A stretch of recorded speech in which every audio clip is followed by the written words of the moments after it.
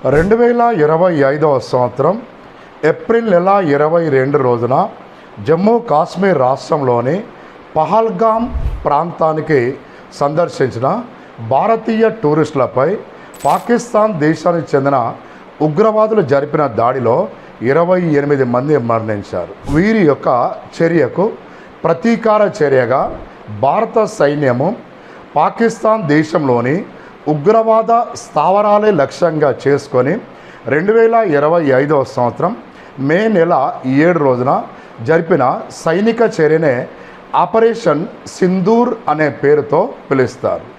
గతంలో కూడా ఉగ్రవాదుల దాడులకు భారత సైన్యము ప్రతీకార చర్యలను చేపట్టింది.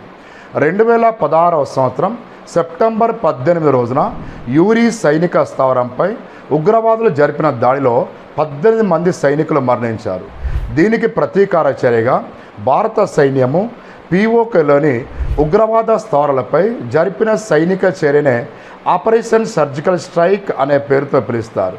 2019 సంవత్సరం ఫిబ్రవరి 14 రోజున జమ్మూ కాశ్మీర్ రాష్ట్రంలోని పుల్వామా ప్రాంతంలో భారత సైనిక వాహనాలపై ఉగ్రవాదులు జరిపిన దాడికి ప్రతీకార చర్యగా భారత సైన్యం చేపట్టిన సైనిక చర్య ఆపరేషన్ బందర్.